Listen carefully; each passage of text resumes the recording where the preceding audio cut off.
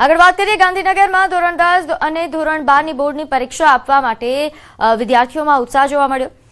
આ ઉપરાંત આપને જણાવી દઈએ કે રાજ્યમાં 15 લાખથી વધુ વિદ્યાર્થીઓ પરીક્ષા આપી રહ્યા છે। શિક્ષણ મંત્રી પ્રદ્યુમન વાજાએ બોર્ડની ઓફિસની મુલાકાત લીધી। પરીક્ષા પહેલા સેન્ટર પર પહોંચતા પેપરની ટ્રેકિંગ સિસ્ટમની પણ તેમણે જાણકારી મેળવી। પરીક્ષામાં કોઈપણ પ્રકારની ગેરરીતિનો અવકાશ ન રહે તેને લઈને પણ જાણકારી મેળવી હતી। અને ધોરણ 12ની બોર્ડની પરીક્ષા આજથી શરૂ થઈ છે અને રાજ્યભરમાંથી 15 લાખથી પણ વધુ વિદ્યાર્થીઓ આ પરીક્ષા આપવાના છે। ત્યારે રાજ્યના શિક્ષણ મંત્રી ડૉક્ટર પ્રદ્યુમન વાજા જે છે કે તેઓ ગુજરાત બોર્ડની ઓફિસે પહોંચ્યા છે અને હાલ તેઓ જે છે આ પરીક્ષાને લઈને તમામ પ્રકારની જાણકારી જે છે તે મેળવી રહ્યા છે। ખાસ કરીને પેપર ટ્રેકિંગ સિસ્ટમની છે તેઓ જાણકારી મેળવી રહ્યા છે અને જે પ્રકારે પરીક્ષાના જે પેપર જે છે તે પરીક્ષા પહેલાં વિદ્યાર્થીઓના પરીક્ષા સેન્ટર પર કેવી રીતે પહોંચે છે અને એ સમગ્ર મામલે જે પેપર ટ્રેકિંગ જે સિસ્ટમ જે તૈયાર કરવામાં આવી છે અને તેની પણ જાણકારી મેળવી રહ્યા છે અને સાથે સાથે આ પરીક્ષામાં કોઈ પણ પ્રકારની ગેરરીતિ ન થાય તેને લઈને તમામ ચકાસણી જે છે તેઓ અહીંયા બોર્ડની ઓફિસે કરી રહ્યા છે। કેમેરામેન પંકજ મકવાણા સાથે સંજય ટાંક, ન્યૂઝ 18 ગુજરાતી, ગાંધીનગર। આગળ વાત કરીએ બરોડા ડેરીના રાજકારણને લઈને વિવાદ સર્જાયો છે। ભાજપ સામે ભાજપ જેવો ઘાટ। ડેસર તાલુકામાં ડેરીનું રાજકારણ ગરમાયું। ભાજપના ઉમેદવાર કુલદીપસિંહ સામે ભાજપના જ 6 લોકોએ ઉમેદવારી કરી। કુલદીપસિંહ સામે ધારાસભ્ય કેતન ઇનામદારે પોતાના સમર્થકોને આગળ ધર્યા હોવાની ચર્ચા છે। તો કોંગ્રેસમાંથી ભાજપમાં આવેલા કુલદીપસિંહ સામે રાજકીય મોરચો મંડાયો છે।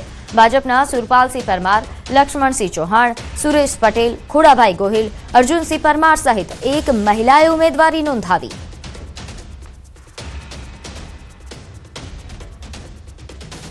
ત્યારે આ મામલે વધુ વિગત સાથે મારી સાથે સંવાદદાતા હાર્દિક જોડાઈ ગયા છે। હાર્દિક, કાલે એવો દાવો થતો હતો કે ભાજપ સામે ભાજપ જેવો ઘાટ નહીં સર્જાય, પરંતુ આજે પરિસ્થિતિ અલગ છે।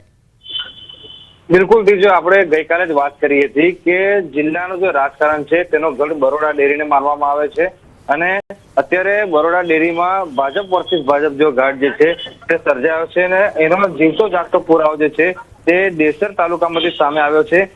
ડેસર તાલુકામાં જોવા જઈએ તો ભાજપના જે ઉમેદવાર છે તેની સામે ભાજપના 6 જેટલા જે સભ્યો છે તેમના દ્વારા દાવેદારી જે છે તે નોંધવામાં આવી રહી છે અને રાજકીય મોરચે એવી ચર્ચા ચાલી રહી છે કે જ્યારથી કુલદીપસિંહ કોંગ્રેસ છોડીને ભાજપમાં આવ્યા ત્યારથી જ ધારાસભ્ય કેતન ઇનામદાર જે છે તેઓ સતત તેમનાથી નારાજ ચાલતા આવી રહ્યા છે અને છુપો રોષ જે છે તે જોવા મળી રહ્યો છે। અને અત્યારે હાલ એવી પણ ચર્ચા ચાલી રહી છે કે અત્યારે જે 6 લોકોએ ફોર્મ ભર્યા છે એ 6 લોકો જે છે તે ધારાસભ્ય કેતન ઇનામદારના સમર્થક છે। એટલે ગઈકાલે જ્યારે મૌરી મંડળમાંથી નિરીક્ષકો આવ્યા હતા ત્યારે તેમને આ વાતને રજૂ આપ્યો હતો કે ભાજપ વર્સિસ ભાજપ જેવો ઘાટ નહીં સર્જાય, કારણ કે ભાજપ જે છે તે શિસ્તને વરેલી પાર્ટી છે, પરંતુ અત્યારનું જે આખું ચિત્ર છે તે કંઈ અલગ જ કંઈ બતાવે છે।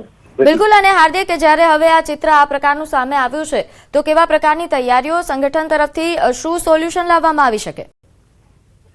બિલકુલ જો વડોદરાની વાત કરીએ અને રાષ્ટ્રીય ભારતીય જનતા પાર્ટીની જો વાત કરવામાં આવે તો ગઈકાલે મૌડી મંડળમાંથી નિરીક્ષકો આવ્યા હતા। તેમના દ્વારા તમામ જે કે લોકો છે તેમના જવાબો લેવામાં આવ્યા હતા, લોકોના જે અભિપ્રાય છે તે પણ લેવામાં આવ્યા હતા। હવે તેમના દ્વારા પ્રદેશમાં જે છે તે આખો રિપોર્ટ જે છે તે આપવામાં આવશે। પ્રદેશમાંથી મેન્ડેટ જેને આપવામાં આવે તે જ જે છે તે આખરી નિર્ણય જે છે તે માનવામાં આવશે।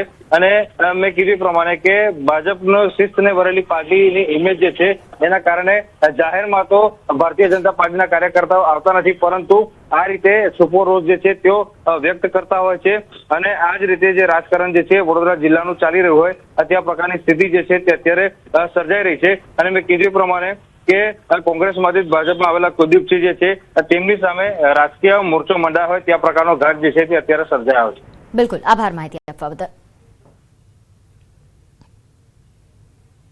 અમદાવાદના વસ્ત્રાલ વિસ્તારમાં તોડફોડની ઘટનામાં સંડોવાયેલ આરોપીની રામોલ પોલીસે ધરપકડ કરી લીધી છે। અગાઉની અદાવતના કારણે આરોપીએ માધવ સ્કૂલ પાસે આવેલી ઓફિસમાં તેમજ અર્બુદા ડેકોરેટ્સમાં તોડફોડ કરી હતી। સમગ્ર ઘટનાના સીસીટીવી ફૂટેજ પણ સામે આવ્યા, જે બાદ પોલીસે તપાસ તેજ કરી અને પૂરતા પુરાવાના આધારે આરોપીની અટકાયત કરી છે અને આગળની કાનૂની કાર્યવાહી હાથ ધરાઈ। પોલીસ વધુ પૂછપરછ કરી રહી છે અને ઘટનાથી વિસ્તારમાં હાલ ચકચાર મચી છે। તો વધુ વિગત સાથે મારી સાથે સંવાદદાતા ઋત્વિજ જોડાઈ ગયા છે। ઋત્વિજ, જે તોડફોડ કરનાર આરોપી છે તે આખરે ઝડપાયો છે, કોણ છે આરોપી?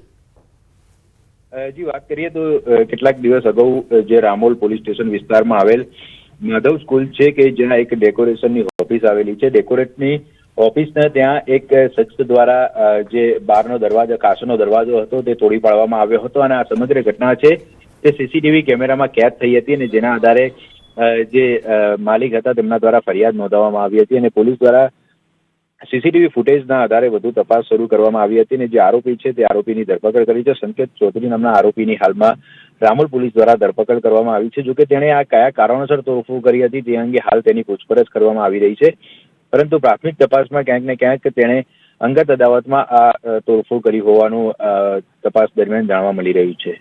જી, આભાર માહિતી આપવા બદલ।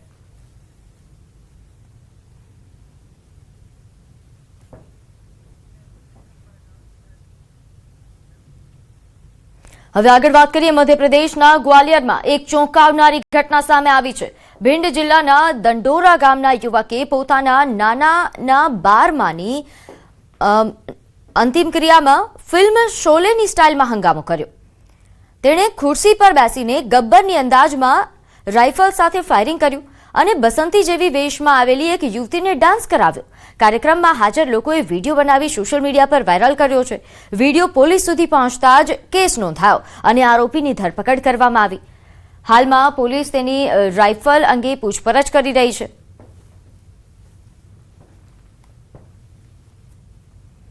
ये अपने यहाँ नाना की तेरी में आया था, जहाँ कुछ नाच गाने का प्रोग्राम चल रहा था शाम को। एक बंदूक से ये जो है हर्ष फायर करता हुआ दिख रहा है। गिरफ्तारी कर ली गई है, कोर्ट पेश करके पीआर पर लेकर के वेपन के संबंध में पूछताछ की जाए। ये अपने यहाँ नाना की तेरी में आया था, जहाँ कुछ नाच गाने का प्रोग्राम चल रहा था। तो राजकोटના